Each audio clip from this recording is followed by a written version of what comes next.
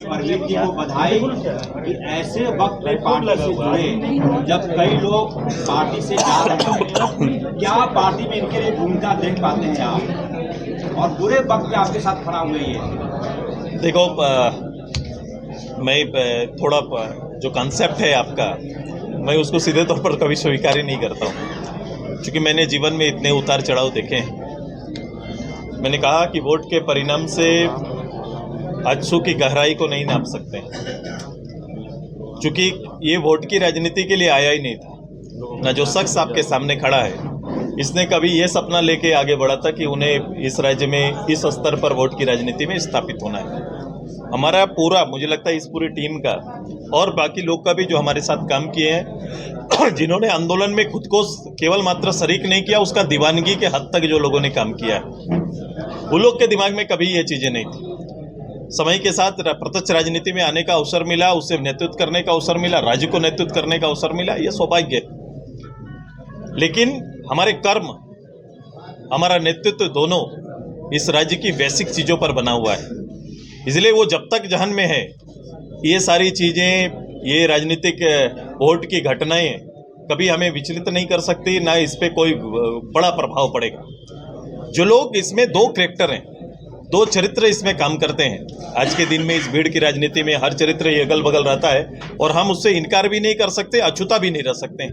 वो है कि वोट की राजनीति से मिलने वाले शासन में संगठन में दो तरह के काम करने वाले लोग आपको मिलेंगे। एक जो पार्टी के लिए काम करते हैं और एक पार्टी से काम लेते हैं। ये दो कैरेक्टर चलेगा, ये चरित्र चलेगा। इसे आगे भी हम लोग अपने आप को बहुत बचा लेंगे, ऐसा होगा नहीं। तो कभी कभी ये चीज़ें जो केवल खुद का निर्माण दल के साथ करते हैं, उन लोगों में उनका ठोर बदल सकता है। लेकिन जो लोग पार्टी के विषयों के साथ, पार्टी के एजेंडा के साथ और पार्टी के लक्ष्य के साथ काम करते हैं, पार्टी की सेवा करते हैं, वो स्टिल वहीं पर खड़ा होकर लगातार काम करते रहेंगे और अपने मंजिल की ओर आगे बढ़ेंगे। इसलिए ये कोई फर्क और कोई मायने हमारे लिए नहीं है। आकलन करना दुनिया के लिए, मीडिया के लिए, राजनीतिक कार्यकर्ताओं के लिए ये पूरा खुला छूट है। उसमें दोनों उदाहरण आपको देखने को मिलेंगे। मैं व्यक्तिगत रूप से प्रवीण जी को, चूंकि मैं हमेशा चाहता हूं कि मूल टीम रहना चाहिए, उससे क्या होता है, वो भावनाएं जिंदा रहती हैं और लड़ाई भी एकदम स्पष्ट रूप से सामने जाता है। क्योंकि जब हम लोग बात करेंगे तो हमारा बात करने का तरीका में हमेशा लड़ाई जहां प्रारंभ हुआ वहां की चीजें प्रत्यक्ष रूप से एजेंडे के रूप में हमारे सामने होती है। लेकिन वर्तमान राजनीति में जब हम लोग वर्तमान राजनीति, वोट की राजनीति, डेवलपमेंट ओरिएंटेड प्रोग्राम पर हम लोग जाएंगे तो उसकी दुनिया थोड़ा अलग हो जाती है। तो कभी कभी जो मतांतर और विषय में भटकाव इसी से उत्पन्न होता है। आइए, अभी जो समय है एक प्रत्यक्ष विपक्ष का राजनीति का, मुझे लगता है कि इतना बड़ा अवसर मेरे लिए ये पहली बार आया है जब हम प्रत्यक्ष रूप से खुला सदन के 80 दिन ना बिताकर, पूरे 5 साल में सदन के जितने समय होते हैं एक प्रतिनिधि के रूप में उतना ही समय सदन के अंदर है, बाकी सारा समय हम प्रत्यक्ष रूप से सीधे लोगों के साथ जुड़ के काम करने का एक अवसर मिला है। ये मेरे लिए एक अवसर है। मैं इस अवसर का जनता के साथ मिलके पूरा ही उनकी भावना, उनका आदर और राज्य की आवश्यकता पर नेतृत्व देने का काम करेंगे। सुदेश जी, जो सामने अभी बात बहुत तेजी से आ रही है कि बहुत संख्या में लोग आजसू को धीरे धीरे छोड़ रहे हैं, छोड़कर जा रहे हैं, आप भी मानते हैं कि आजसू को छोड़कर लोग जा रहे हैं या आजसू कमजोर पड़ रही है? मेरे मित्र, जानने वाले लोग किन या कौन है, किस स्तर के हैं, पार्टी में 16 इकाई काम करती है। 16 इकाई में मूल पार्टी जो काम करती है उसका अपना अलग एक ओरा है, उसकी अलग एक एरिया है, क्षेत्र है, जहां पर वो अपना अपना संगठन और संगठन की भावनाओं का नेतृत्व करते हैं। ये जो अभी आप, जिसको मुझे नहीं लगता इतना, आप जी न्यूज़ का नेतृत्व करते हैं और मेरे एक कॉलेज इकाई का कोई एक कार्यकर्ता, कॉलेज इकाई का यूनिट का आयु भी उसके वो एक इलेक्शन तक का होता है और उनका इलेक्शन भी, इस इलेक्शन और कॉलेज का इलेक्शन में बड़ा सीमित जगह है। जिनको मुझे बोलिएगा कि उनका नाम आप जानते हैं, जो उस पार्टी का नेता उनके नाम तक नहीं जानता होगा। मेरी और उनकी मुलाकात और उनके दायरे इतने कभी हो ना पाई होगी, जिसका गठन हमने नहीं किया है, जिसका घोषणा हम नहीं करते हैं, जिसकी घोषणा एक इकाई करती है कहीं पर। अगर इन बेस पर अगर पार्टी को आप चुनौती देने लगेंगे तो ये मुझे लगता है कि देखने की जो दृष्टि है और समझने का भाव में कहीं ना कहीं जमीन आसमान का फर्क है। एक सवाल प्रवीण जी से था, जो दोस्ती दोबारा हुई है, पहला हाथ किसने बढ़ाया?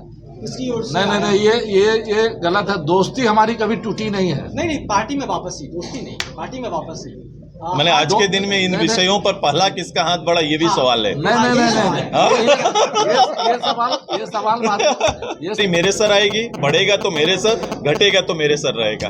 इसलिए ना आज एक कोई छोटी इकाई का कोई पदाधिकारी जा रहे, उसका जवाब सुदेश महतो से खोज रहे हैं। सर हाँ।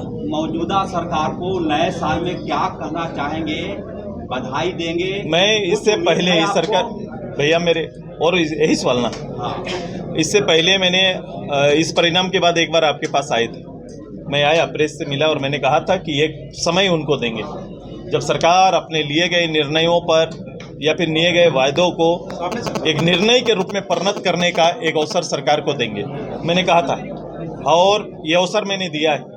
हम उस बजट में, इस बजट में हम सरकार के जो वर्तमान पिछले सरकार की घोषणाएं तो पिछले सरकार के साथ समाप्त हो गई, अब नई घोषणाएं करके जो सरकार आई है उस घोषणा के साथ बजट में हम देखना चाहेंगे क्या उनका चुनाव में दिया विषय जनता को प्रलोभित करने का या प्रभावित करने का। अगर वो प्रभावित कहेंगे, मैं प्रलोभन कहता हूँ, उनका शब्द अच्छा यही रहेगा कि मैंने प्रभावित किया इससे।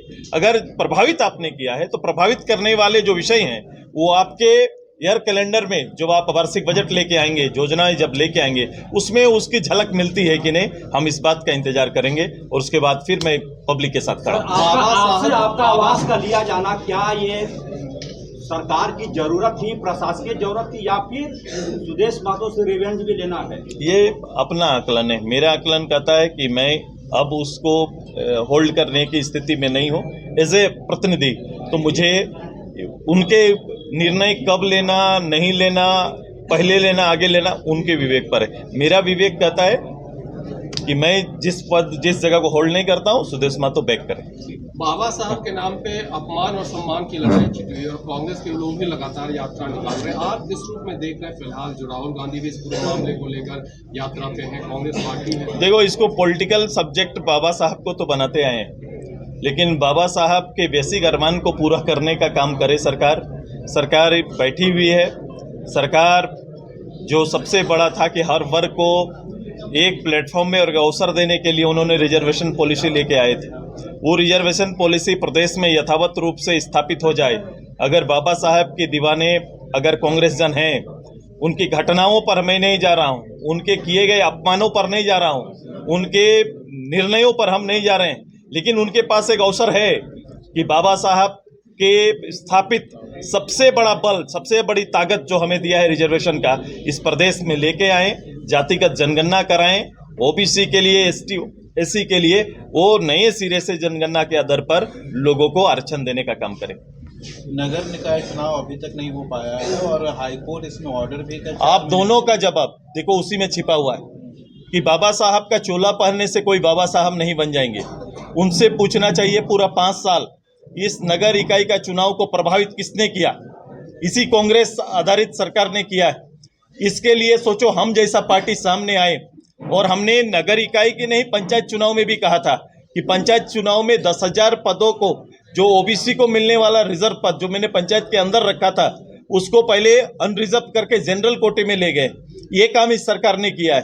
दूसरा, इस सरकार ने 5 साल के अंदर ये ट्रिपल टेस्ट कराने का हमने अनुरोध किया, फिर चैलेंज किया, फिर कोर्ट में गए, कोर्ट से लेकर सुप्रीम कोर्ट तक हम लोग जाने का काम किए। सुप्रीम कोर्ट के दिए आदेश के पर आज बात हो रही है कि ट्रिपल टेस्ट कराएंगे, तब जाके अभी कमेटी किसी जिला में जाके ट्रिपल टेस्ट कराने की बात कर रही है। ये सरकार नहीं कर रही है। सरकार को अपने अंबेडकर के विचारों का अगर अनुपालन करते तो सबसे पहला काम यही कर लेते। आज कोर्ट को हस्तक्षेप करने की आवश्यकता नहीं पड़ती। जो कि आंदोलनकारियों के लिए भी काम किया जाता है, अब लगता है कि 24-25 वर्षों बाद उनके हक अधिकार के लिए लड़ाई लड़ना। ये काम कभी खत्म होता है क्या? काम कभी खत्म होता है? मीडिया की जरूरत आज से 100 साल पहले भी थी, 100 साल बाद भी रहेगा। तो दल का काम तो लगातार चलेगा। पार्टी अपना एजेंडा पर लगातार काम करते रहेंगे। जितना जरूरत एक राजनीतिक दल का है उतना ही जरूरत एक मीडिया का है।